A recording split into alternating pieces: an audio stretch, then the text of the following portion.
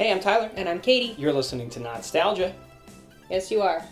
the podcast that you became obsessed with when you were 7. It was your life. It's all you wanted to speak about. And then by the time you were 7.5, you forgot it existed. Yeah, that's a real bummer. Did you have any weird obsessions as a kid? So many. The Titanic. Oh, yeah. I went through a really intense Titanic phase, and it's surprising that I didn't have more contact with my elementary school counselor. They weren't like, Katie's like a little too into the Titanic. Now, this had to have been around the time the movie was out. The movie came out in 1997. Yeah, So that tracks. So that's how it came back into the... I think there was a bit of Titanic fever in the whole world. But you weren't interested in the movie so No, much. I was really interested in the disaster aspect. I went through a Johnstown flood phase, too. The Titanic is so many orders of magnitude more interesting than the Johnstown flood. Not if you know about the Johnstown all flood. of those who perished in both of these. But if you're just ranking disasters in terms of interest, did you go to Johnstown and visit? No, I just thought about it a lot. I've been to the Johnstown Flood Museum. I'll have you know, when I was a kid. Was it fun? No, it was extremely scary because that may have given me one of my many childhood irrational fears. A flood that rises so high up, you wake up and your house is full of water. Huh. Speaking of upsetting things, have you ever seen The Land Before Time? Yeah, we definitely watched this as a kid. In my grandma's infinite VHS tape living room. What do you remember? A bunch of little dinosaurs. Mm-hmm. I think it's sad. Mm-hmm. And my mom didn't like it because there was a lot of screaming. And was it that she didn't want you to hear and imitate the screaming, or she just literally didn't want to hear a movie that was just screaming because it was annoying to listen to? I think a little bit of both. I think she heard a lot of screaming when my sister and I were growing up anyway. I think she heard a decent amount of screaming, like maybe not more screams per capita than average, but a chunk. And also just did not need us imitating a bunch of screaming dinosaurs. Well, Kate, The Land Before Time came out in theaters November 18th, 1988. It was directed by a man named Don Bluth. Do you know anything about Don Bluth? Does that name mean anything to you? He strikes me as somebody who would have a really big forehead. We'll have to Let's look him Google up. It was executive produced by Steven Spielberg and George Lucas. Okay. That's important, right? They're pretty big names. There are other executive producers, but they're the two that I want to mention here. The screenplay, it was written... Oh, yeah, big forehead. Don Bluth. Take a look. The screenplay... Big ol' forehead. ...was written by Stu Krieger, with a story credit to Judy Freudberg? I think it's Freudberg. And Tony Geiss. And here's Don Bluth's story. It's a big forehead story. You're so mean. I am mean. I love being mean. When he was either 17 or 18, he was hired as an assistant at Disney. They were making Sleeping Beauty at this time. He loved animation as a kid, so this was his dream job. But when he got there, he's like, oh, being an assistant is not fun. This isn't what I want it to do. Okay. So he leaves, and a few years later, he is a TV animator. So he now has some actual animation experience, and Disney hires him back, no longer as an assistant, but as a full-fledged animator. He works at Disney as an animator from 1971 until 1979. His first movie he worked on was Robin Hood, and his last movie he worked on for them was The Fox and the Hound. And through that time, he moved up the ranks. By the end, he was an animation director, not just doing the grunt work anymore, climbing the ladder in the animation world. But he quits while they're making Fox and the Hound, and he claimed it was creative differences.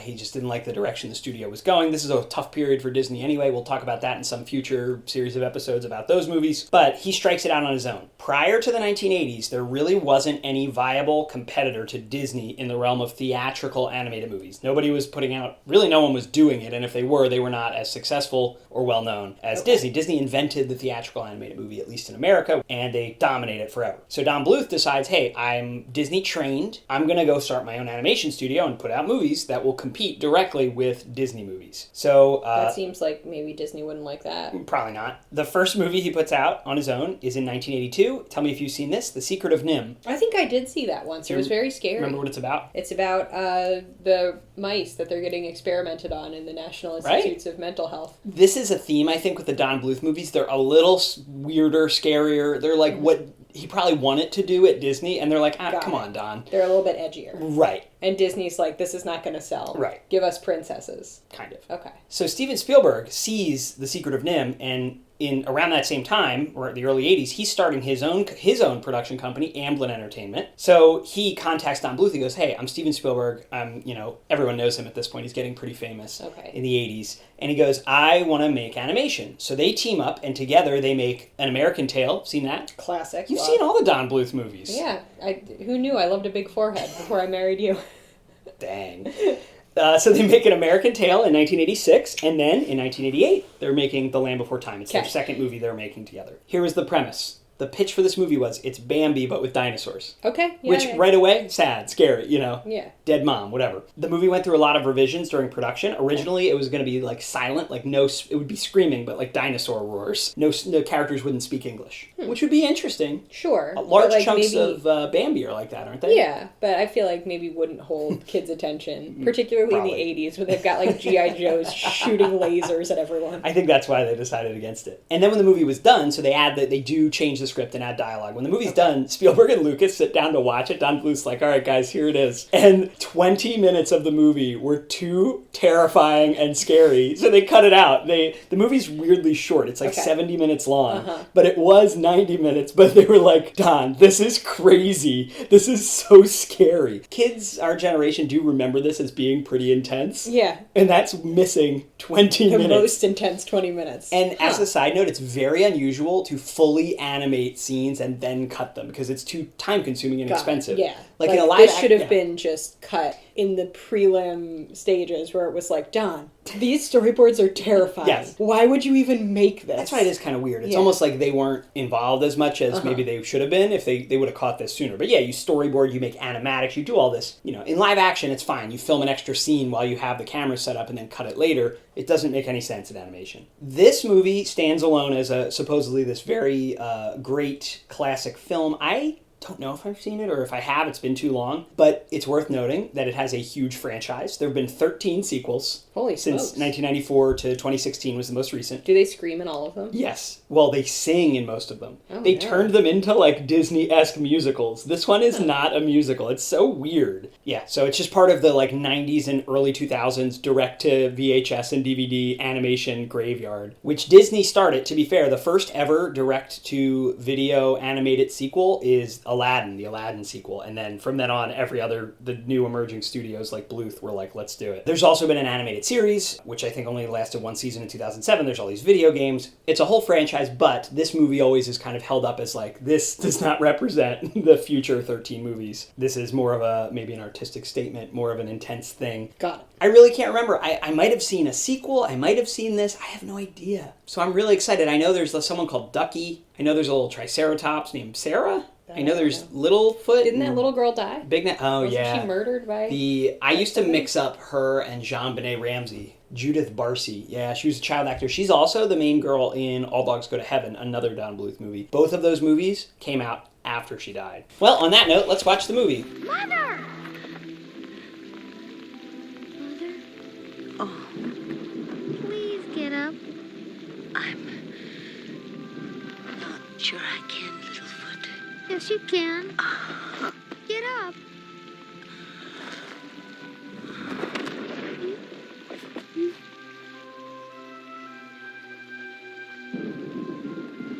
Dear sweet Littlefoot, do you remember the way to the Great Valley? I guess so. But why do I have to know? You're gonna be with me. I'll be with you, even if you can't see me. What do you mean if I can't see you? I can always see you. Littlefoot, let your heart guide you. It whispers, so listen closely.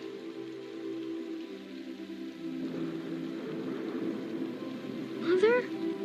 Mother? This is the beginning of Steven Spielberg's weird dinosaur period in the late 80s and early 90s. All right, so we got this little tiny aquatic dinosaur hanging out, living his dream. I'm just still thinking of George Lucas and Steven Spielberg being like, Don, what the hell? And Don's like, those dinosaurs, guys, it was pretty scary back then. All right, Don. So you have in the opening credits, a little tiny dinosaur, aquatic dinosaur, is chasing this little shrimp and eats it. And you're like, oh, that's pretty nice. Like a little situation, like how dinosaurs might be. And then all of a sudden, this huge crocodile dinosaur comes through and is like, crunk, crunk, crunk. I guess it's to tell you, like, this is not going to sugarcoat dinosaur life. Mm-hmm. Look, we got some turtles. Man, turtles are really weird if you think about it too much. Don't think about turtles too much. Is this a movie about climate change? Oh, here's how you know it's a girl dinosaur. It's got eyelashes. Thanks, Don. Thanks for unnecessarily gendering these majestic beasts. He's like, yes, even hatching could be dangerous. You could die at birth. Like, Jesus, John. Yeah, don't be frightened of this terrifying dinosaur family. Everything's fine, kids. A lot of wrinkly dinosaur skin in this movie. It's reminding me to moisturize, though, so. Wow, look at this beautiful translucent dew-covered leaf. Is this a movie about food insecurity? Cue the screaming. There's a lot of screaming in this movie. That's literally what I remember the most. Don, are you okay? Pretty scary sequence where they hide from the T-Rex in this prickly growth of bushes. So much screaming. Oh man, we got dinosaurs fighting. The mom's here. Oh, this rules. Did they almost get crushed by the mom by accident? Yeah. Alright, so Littlefoot is literally just watching his mom get shredded by this T-Rex. Look, whatever they cut out, that was so much more effective. You saw it in shadow. That was so cool. Yeah, I definitely don't remember this. If I saw this, I would have run screaming. You would have been scared for it. Look, she has a huge hunk of meat. Yeah, that's what we saw in the shadow. He bit a chunk out of her back. And yeah, now you just see her walking around with this chunk. This open wound. Oh, and also, kids, in case you weren't anxious enough, in addition to being attacked by a villainous, like, carnivorous dinosaur, the earth could just open up at any point. Why is there, like lava shooting out of just a crack in the earth? It's a scary time. Wow. Scary times we're living in. All right, so a massive earthquake has just ripped through the continent. So the kids are on one side, the grown-ups are on the other, right? Okay. Are you crying? If you don't cry during this scene, you're a monster. She's taking quite a while to die. It's her prerogative. She saved her little dinosaur son. It's a pretty upsetting death scene. Man, what a bummer. Alright, so he stumbled upon this, like, kind of scaly granddad dinosaur. Was she talking to him from Dino Heaven? God, you never listened to me when I was alive. Uh-oh, Mom Dino laying on the gilt. Oh, more screaming. See? There's so much screaming in this movie. What do you think of all the baby talk? It's not my favorite thing. I'm confused as to why some of the dinosaurs have, like, a typical vocabulary and have regular sounding voices, although they are children. And some of the dinosaurs can only use baby talk. This is just Rugrats with dinosaurs. Is Rugrats just Land Before Time with people? Don't talk to that egg. Get out of here, girl. That thing is going to hatch from an egg and it's going to kill you immediately. And yet they're not going to eat that leaf. They're probably pretty hungry. What is with Spike's walk? Look at it. He's fresh out of the egg. Did you hear what the narrator said? All knowing if they lost their way, they would starve. I don't know if these babies know how to navigate. I like that the other dinosaurs are all calling her bluff. She's like, I'm not afraid to be alone. I like being by myself. I can get my own food. And all these dinosaurs are like, bye. No, look, they're going to go snuggle up with her. Everyone but Littlefoot. Yeah, Littlefoot, he don't care. He holds a grudge. How do you stay alive? Holding a grudge. Those bugs are looking at the moon knowing that they will be dominant in but a few years. These dinosaurs will not outlast us. That's some great detail, those bugs. They didn't have to do that. Don Bluth didn't have to go this hard, Kate, but he did. Don, are you okay? They blasted his leaf. Well, this looks scary. Literally every hill they go over, hopeful to see the Great Valley. It's just another primordial wasteland. All these punky dinosaurs do is fight, just walking across the Cretaceous or wherever they are. Imagine, you could be a tiny turtle just minding your own business, and then another bigger kid dinosaur could step on you, you know? This Triceratops really has trouble accepting when she was wrong. Everyone's screaming again. They cannot get a break from this sharp tooth. Oh, they're gonna drown him. They're like, here, we'll use the smallest, least capable one as bait. So much screaming, Tyler. A lot has happened in this 30 seconds. Petrie learned how to fly. And now has flown directly into danger. We got a mom cloud. This is pre-Lion King. Wow, did Don Bluth invent the parent cloud? Littlefoot's mom's like, Littlefoot, you whiny bitch. I sacrificed my life for you. If we could maybe get it together a little bit, Littlefoot. My instructions were so simple. Walk towards the sunset. And we finally made it to the Willamette Valley after our long sojourn on the Oregon Trail. They drowned the dinosaur. They made it to the Great Valley. Yep, killing it.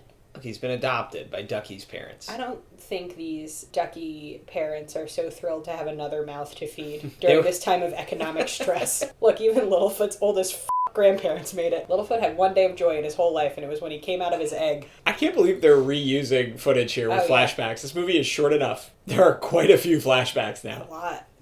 They're going to summarize the whole movie for us here. Could have just watched this part. There's the mom cloud. They're flashing back to stuff that just happened. They're showing him finding the valley. Yeah, we've got like a really kind of soft piano-driven ballad here. I think this movie ages pretty well until this song starts playing. It's Sarah's dad. Daddy Tops means Triceratops Daddy. Yeah. If we hold on together, I know our dreams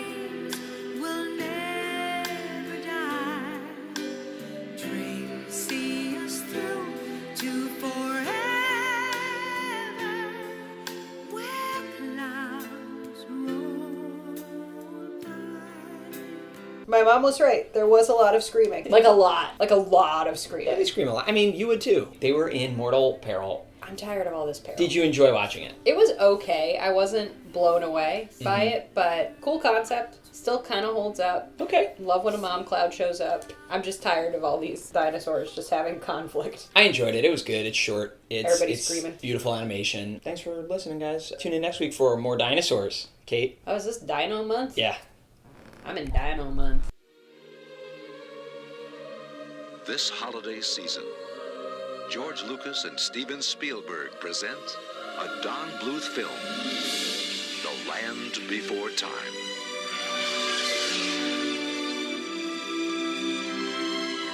Long ago, when the Earth was new, 5 friends, lost and alone, Mother, where are you? took an incredible journey You want to go with me?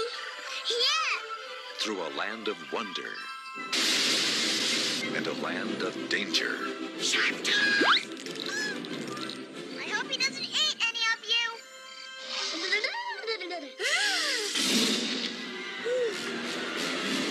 Quick, this way! From the creators of An American Tale comes a story of friendship, Do not stop! We must stay together! courage,